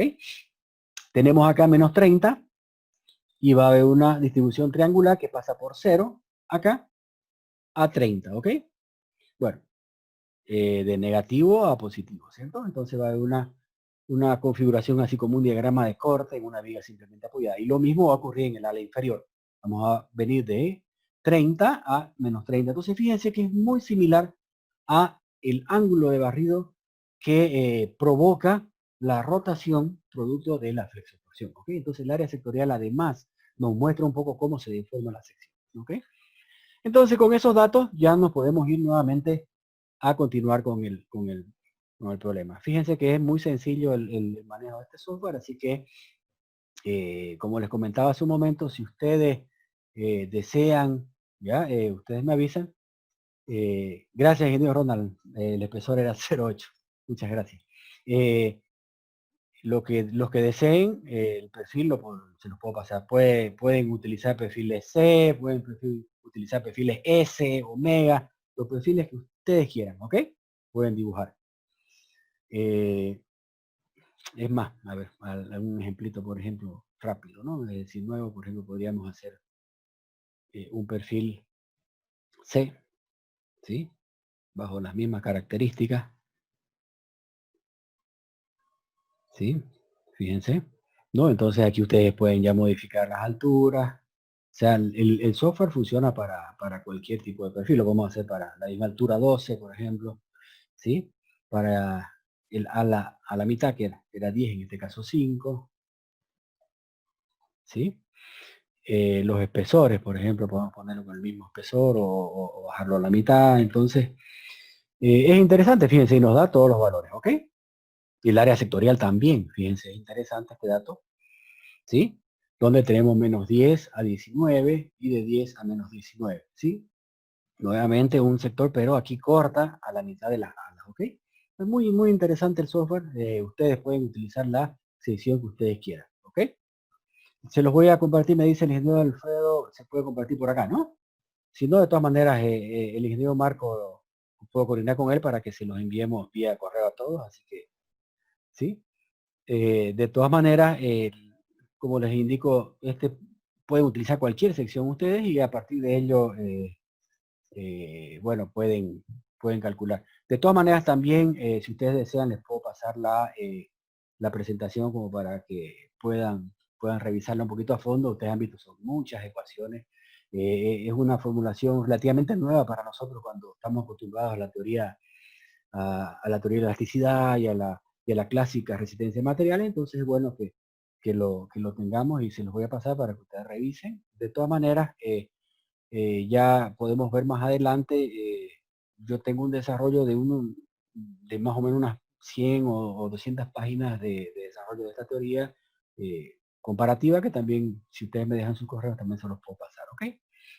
Bien, entonces, bueno, vamos a pasar un poco rápido ya terminando el ejercicio como para que vayamos a las conclusiones y, bueno, para que terminemos la presentación. Ok, voy a compartir entonces nuevamente la pantalla de la presentación.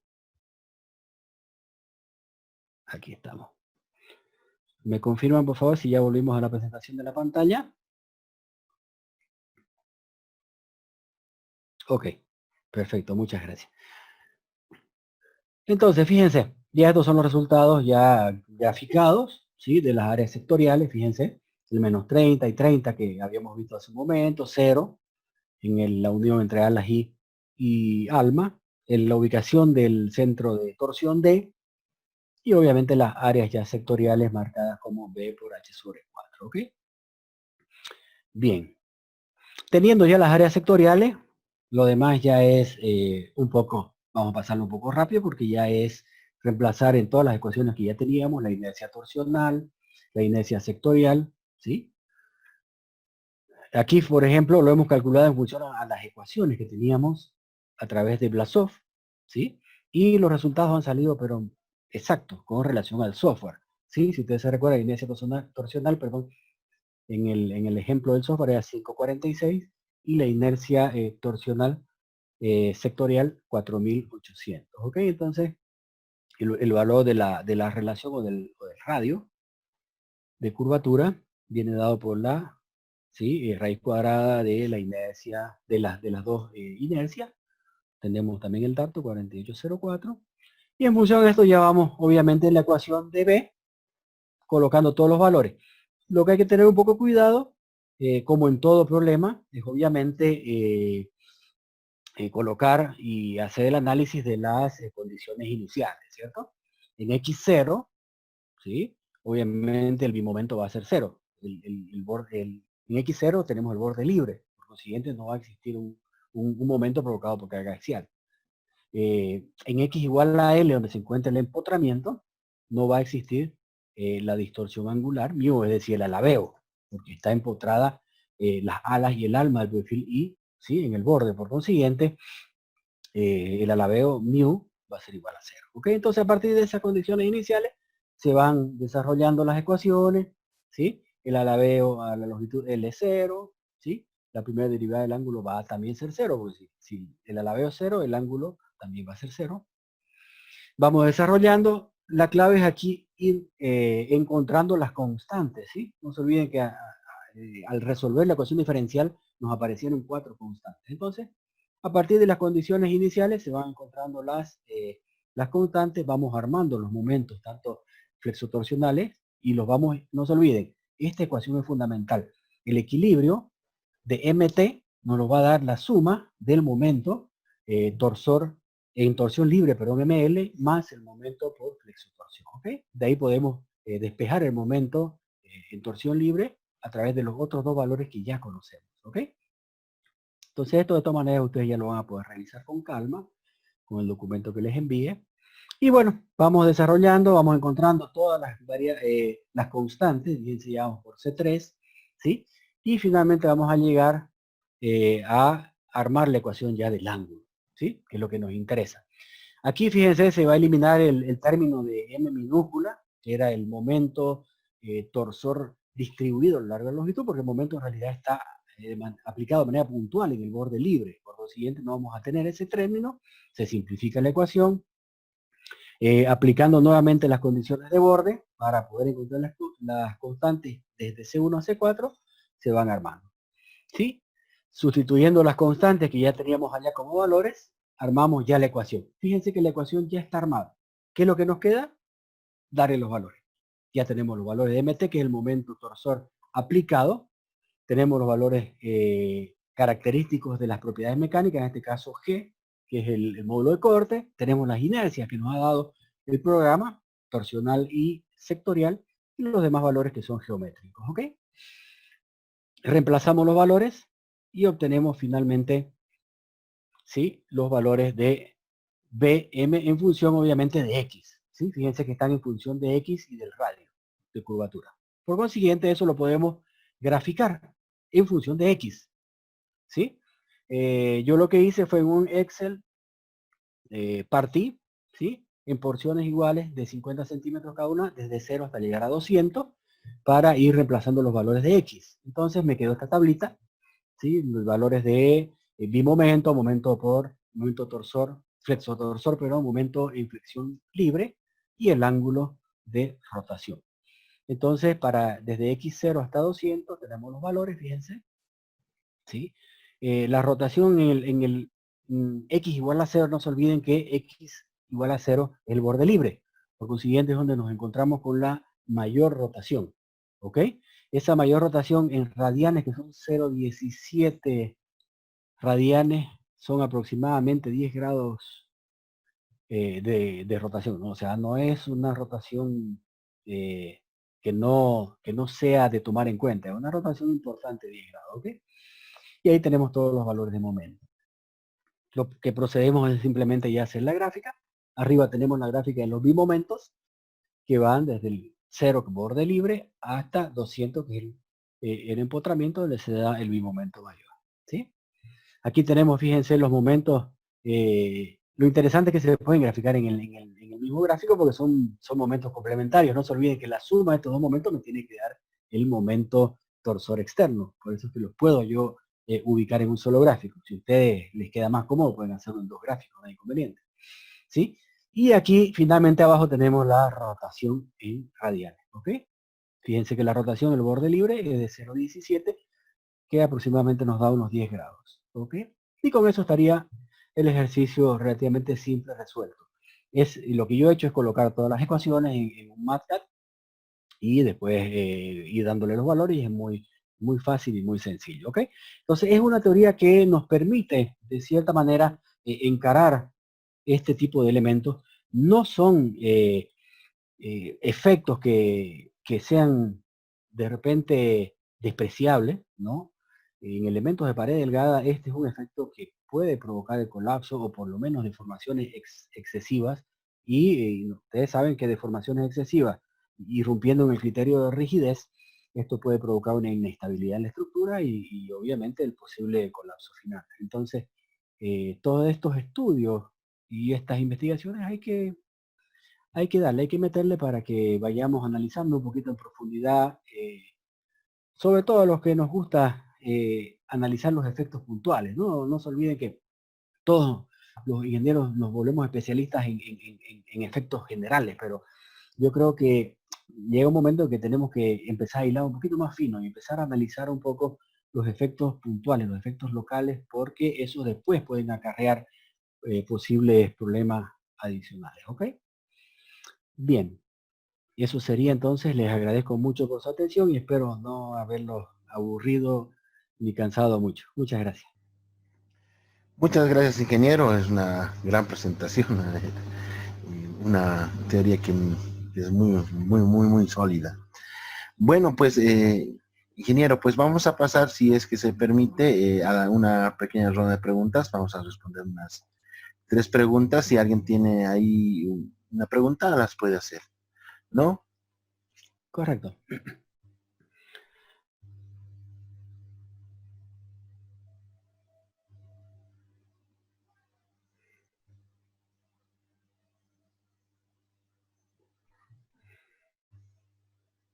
Han quedado con ganas de investigar, eso es bueno.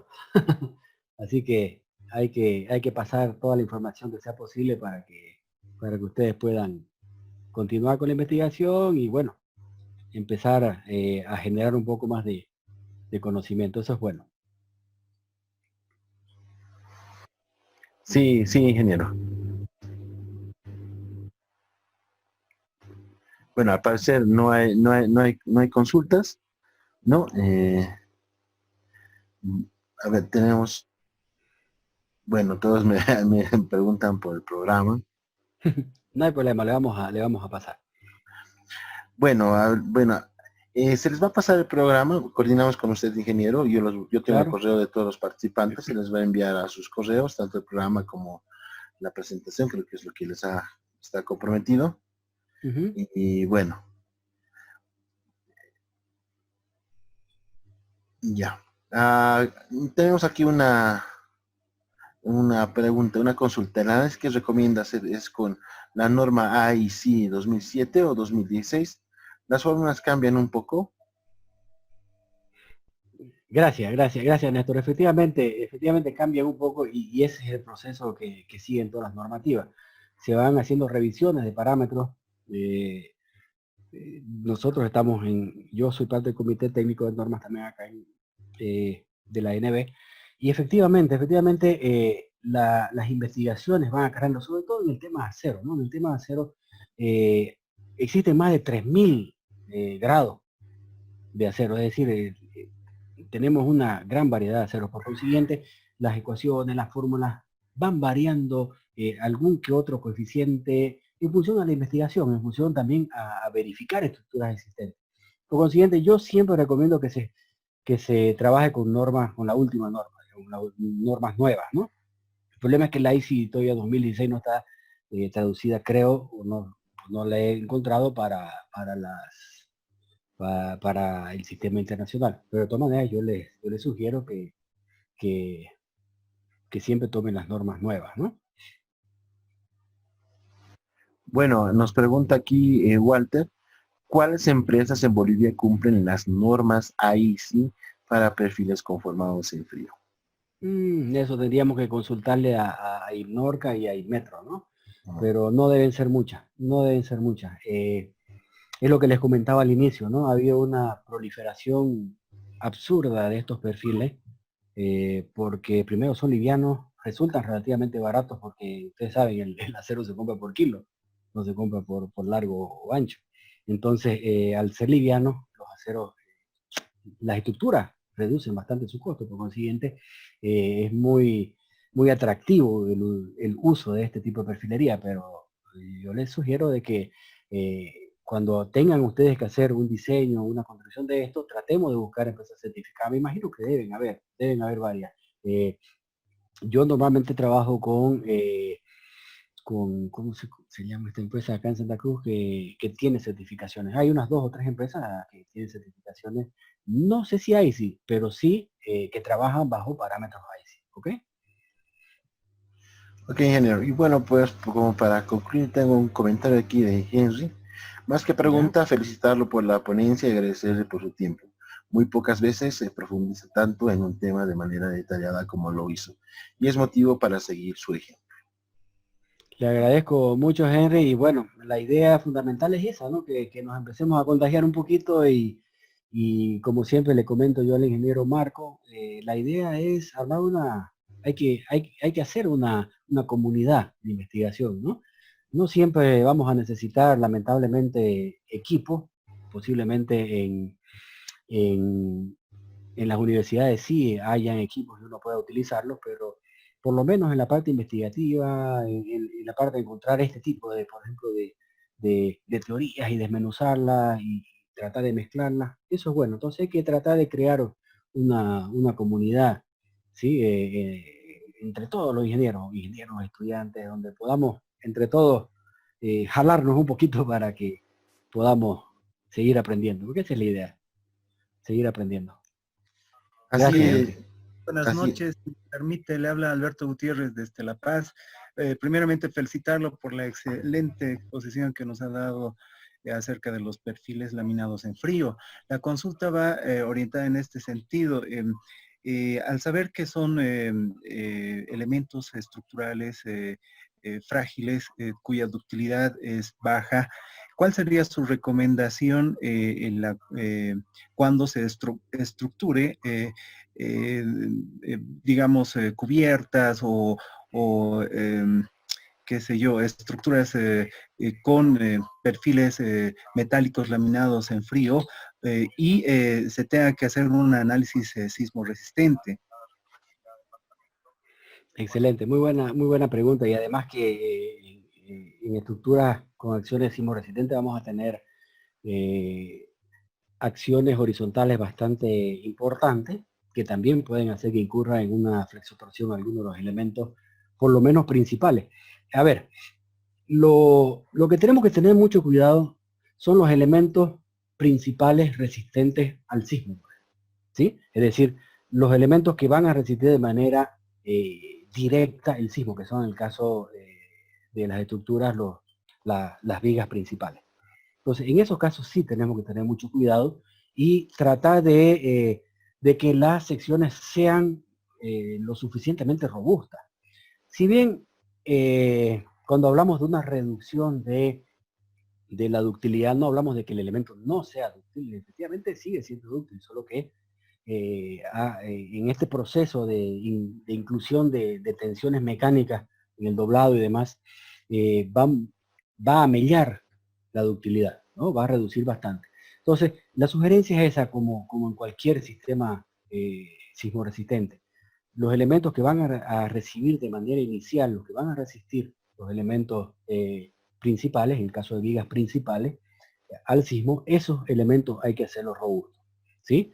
Después, se tiene que jugar mucho con las condiciones de borde en el caso de cubiertas, por ejemplo. Si yo quiero evitar, por ejemplo, momentos muy fuertes en uniones, tengo que tratar de articular. Y entonces ahí se tiene que utilizar mucho ya el criterio del ingeniero. No es nomás agarrar la cubierta, ponerla, meterle tornillos y nos vemos mañana después del primer ventarrón. No. Tenemos que analizar si tengo vientos fuertes, en el caso de Santa Cruz y Cochabamba, por ejemplo, si tengo sismos, en el caso de, bueno, Sucre, Tarija, ahora y Santa Cruz, también ahora y La Paz y toda esa zona. Bueno, entonces tomemos esas precauciones. Veamos las condiciones de borde, de que trabajen en una forma de que liberen energía de tensiones en forma ya sea de rotaciones o de formación. ¿Ok? Después, por lo demás, obviamente, estos efectos locales hay que analizarlos. No es solamente este el único. Ustedes vieron también otros efectos de pandeo locales que también hay que analizarlos. Entonces, en esos casos hay que colocar arriotramientos, que es recomendable. Hay que colocar atiezadores en las almas o en las alas muy delgadas.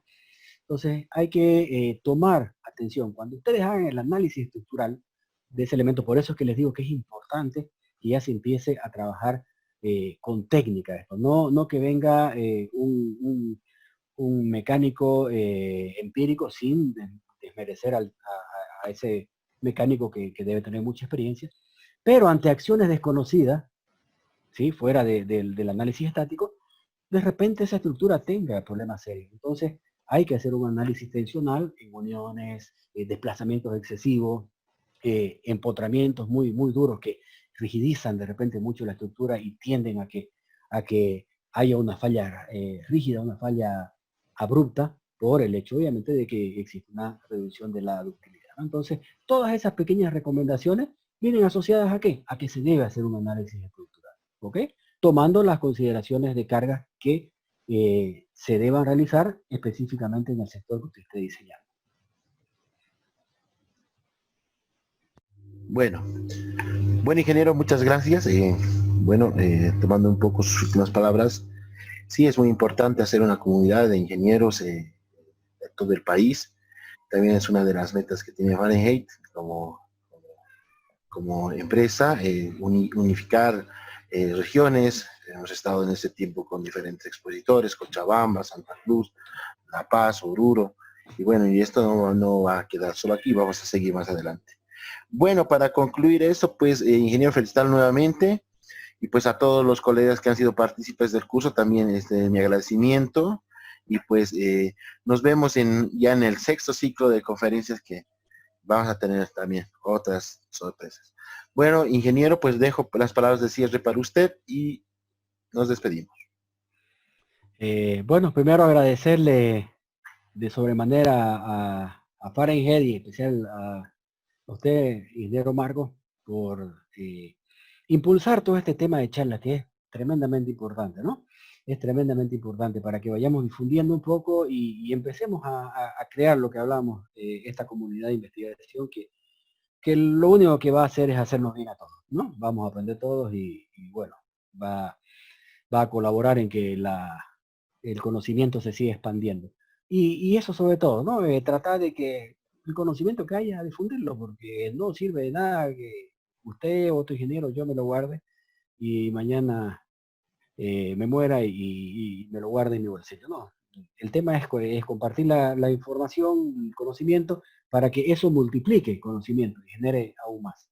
Agradecerle a todos los ingenieros que han estado presentes. Veo que tiene mucha audiencia Fahrenheit. Veo que desde Mendoza, Argentina, está el ingeniero Daniel por allá, así que Bueno, agradecerle a todos los ingenieros de La Paz, Cochabamba, Sucre, Santa Cruz que se han conectado. Y bueno, muchas gracias y espero que nos veamos pronto en otra conversación amena. Que les vaya bien, cuídense. Hasta luego, ingeniero. Hasta luego, colegas. Bendiciones.